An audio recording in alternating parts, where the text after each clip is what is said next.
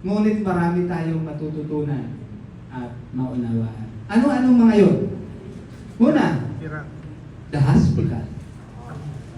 As much as possible, ayaw natin pumunta ng hospital. Unless na lang kung doon ka nagtatrabaho. Talagang araw-araw pupunta ka talaga doon. Pero tayo na hindi nag-work doon, as much as possible, ayaw natin pumunta ng hospital. Bukod sa mahal, maintindihan natin at maunawain na napakahalaga pala ng kalusugan. Amen. Health is precious. Dito natin malilearn kung ano, sa hospital, maintindihan natin, napakahalaga pala ng ating katawan. Kaya natin magpunta ng kulungan. At hanggang maaari, dito malilearn natin na yung freedom ay napakahalaga. Yung kalayaan. Pag nandun tayo sa kulungan, makikita natin yung mahalaga pala ang maging malaya. Kaya huwag natin pangarapin na makulong. At wala naman, si Kuya Dick lang daw ang nakulong. Pero nakalaya na siya. Pero kung titingnan, tayo naman ay nakulong. Spiritually dati, no? Hindi natin nakikilala pa yung ating Panginoon. And the last is, yung cemetery. The cemetery. Ayaw natin pumunta. Lalong-lalo pag-gabi. At wala kang kasama. Ayaw mo talaga pumunta doon. Tahimik. Lalo pag-gabi. Pero pag-araw, maraming kasama. Gusto natin pumunta doon. Pero hanggat maaari, ito yung mga lugar na location na hindi natin pinupuntahan. Pero kung titingnan anong malilearn natin dito? Makita natin na life is just a temporary. Life is short. Sabi ni Jesus, kapayapaan ang iniiwan ko sa inyo. Ang aking kapayapaan ang ibinibigay ko sa inyo. Hindi ito katulad ng kapayapaang ibinibigay ng mundo. Huwag mabagabag ang inyong kalooban at huwag kayong matakot. Amen. So sabi ng scripture, only Jesus give us peace. Hindi katulad daw ng mundo. Peace from the power of Jesus. Peace from the presence of Jesus. Minsan kasi, kala natin yung peace of the world. Alam naman natin yung world ngayon ay walang peace. Minsan naisip natin peace from sa security ng buhay. Peace from nanggagaling sa pamilya, nanggagaling sa isang magandang company, nanggagaling sa kaibigan, nanggagaling sa maraming ari-arian. Pero Scripture says, peace only come from Jesus. Amen. Peace from the power of Jesus. Sinabi ko na sa inyo, ako'y aalis. Ngunit ako'y babalik. Kung iniibig ninyo ako, ikagagalak ninyo ang pagpunta ko sa Ama. Sapagkat higit na dakila ang Ama kaysa sa akin. Sinasabi ko na ito sa inyo bago mangyari, upang kung mangyari na, ay sumampalatayo kayo sa akin. So makikita natin dito, sabi ni Jesus, at kung mangyari na, all the more, mas magkaroon tayo ng pananampalataya. At alam niyo ba, na lahat ng nangyayari sa paligid natin ay naisulat na, nasabi na ni Jesus. Meaning, nangyayari na. That's why Jesus wants us to have faith sa Kanya. All the more, kapag nangyari na yung mga bagay na ngayon, yung mga difficulties, troubles, pangamba sa buhay, all the more, we need faith from Jesus. Faith from the Word of Jesus. Pananampalataya mula sa salita ni Jesus. Faith from the Word of Jesus. Hindi faith na pakiramdam natin. Hindi faith na kung saan faith na nakikita lang natin, kundi faith na nagmumula sa salita ni Jesus.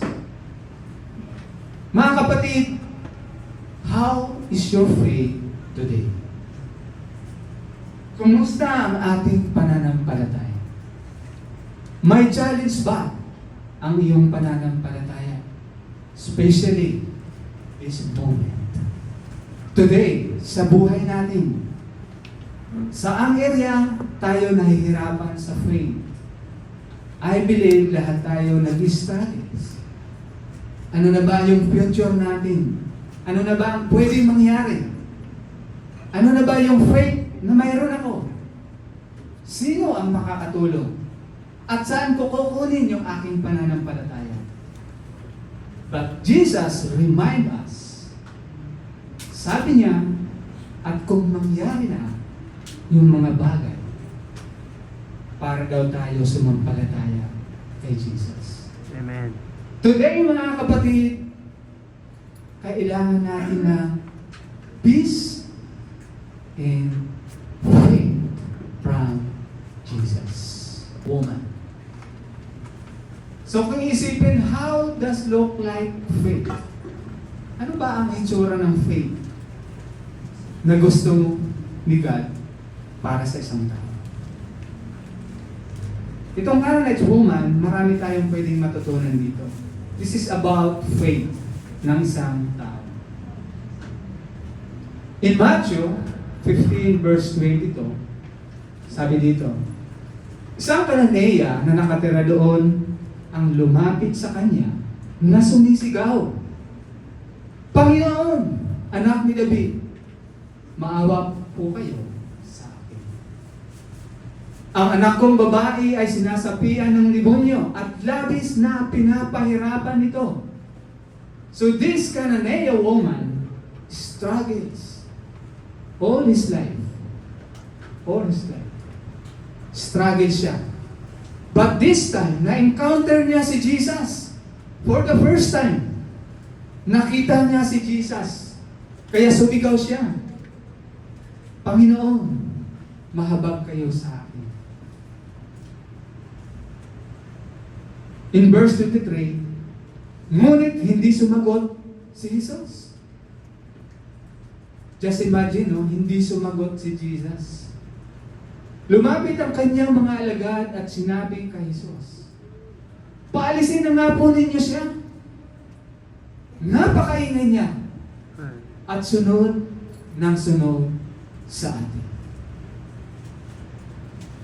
Kung ikaw ang nandyan sa situation, how do you feel? Hindi ka pinakinggan. In other words, you are rejected. At the same time, hinahadlangan. So, how do you respond pag ikaw ang nandun sa isang situation? Na umaasa ka, naniniwala ka, na yung taong na-encounter mo, ay papakinggan ka. But you know what, mga kapatid? Sabi sa scripture, in verse 24 hanggang 25, sumagot si Jesus, sa mga naliligaw na tupa ng sambayanan ng Israel lamang ako isinugo. Ngunit lumapit sa kanya ang babae. Lumuhod ito at nagmakaawa. Tulungan mo po ninyo ako, Panginoon. This woman, hindi siya nag-give up. Lumapit uli siya, nang hingi uli siya ng tulong. Despite the rejection, he didn't give up. In verses 26 to 27, sumagot si Jesus, hindi dapat kunin ang pagkain ng mga bata at ibigay sa mga aso. Parang sinasabi na, isa kang aso. You are not deceived. Hindi mo deserve na bigyan. In verse 27, sabi dito, totoo nga, Panginoon. Ngunit, ang mga aso man po ay kumakain ng mumo na lalaglag sa hapa ng kanilang Panginoon.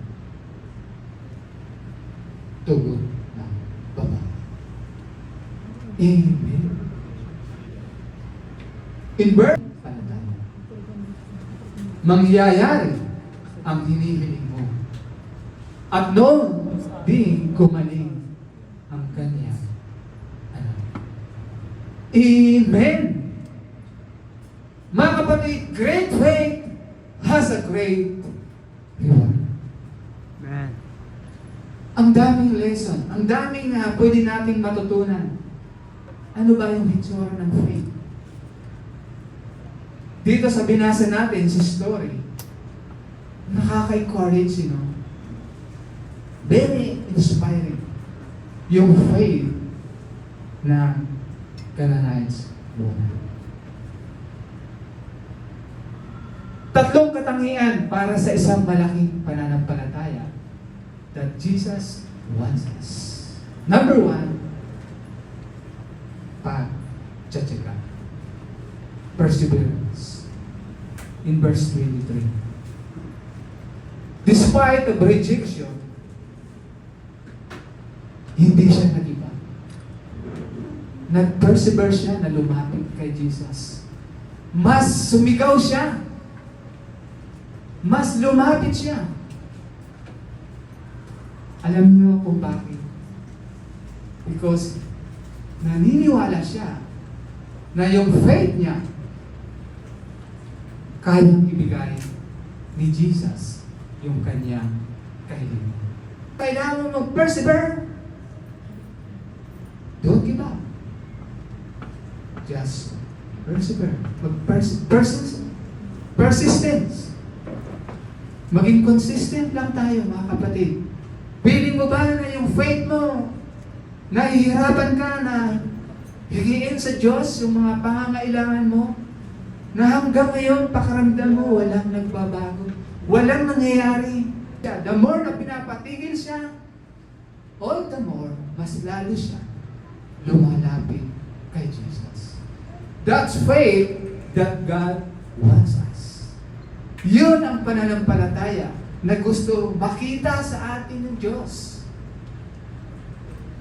Na marami mang situation ng mundo, hindi mo man alam kung paano babaguhin ang nasa paligid mo, even yourself. Nawawalan ka na ng pananampalataya kung paano ka magbabago. Kung paano babaguhin yung sarili mo, yung mga situation. Financially hanggang ngayon, hirap ka pa rin. O in other, iba pang mga kadahilanan. Mga kapatid, don't give up. Mag-persevere tayo. Humility. Nabasa natin in verses 24 to 25. Despite sa kanyang rejections, anong ginawa ng Canaanite woman? Lumuhod siya. Nagmakaawa siya.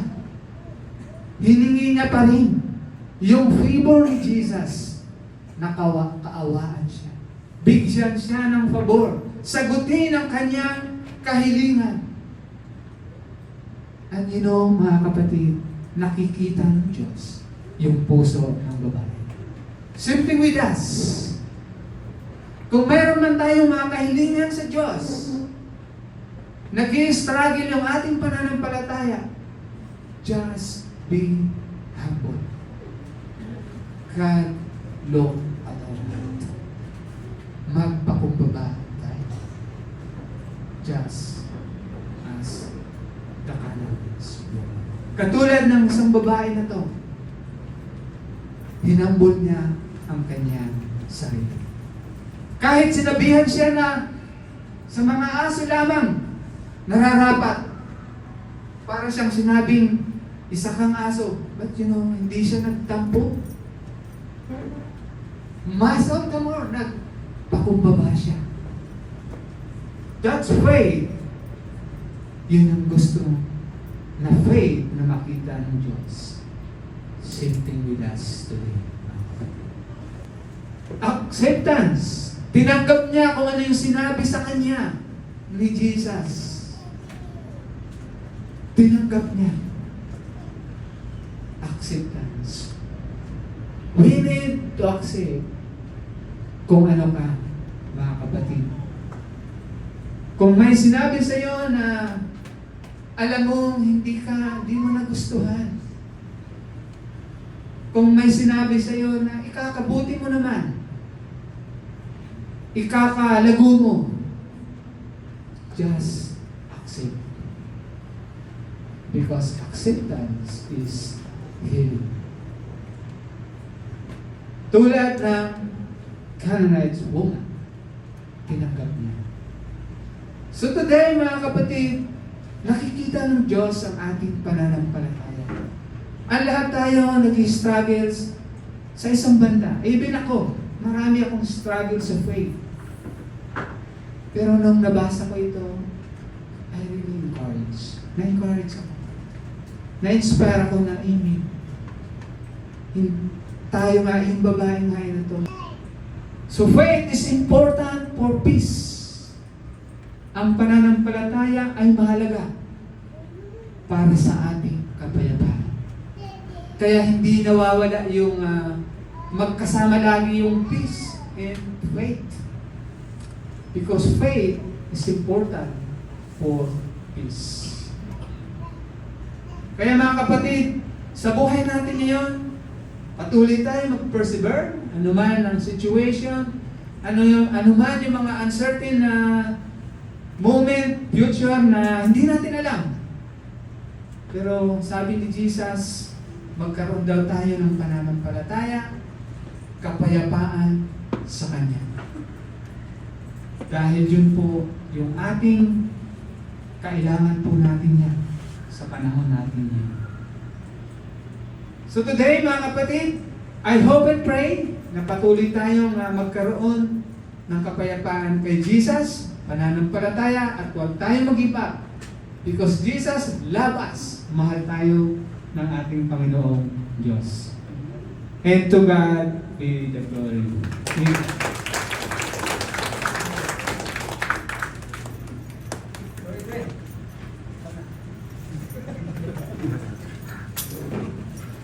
Maganda ng mensahe na pinagkaloob sa atin ng Panginoon through Brother Anton. And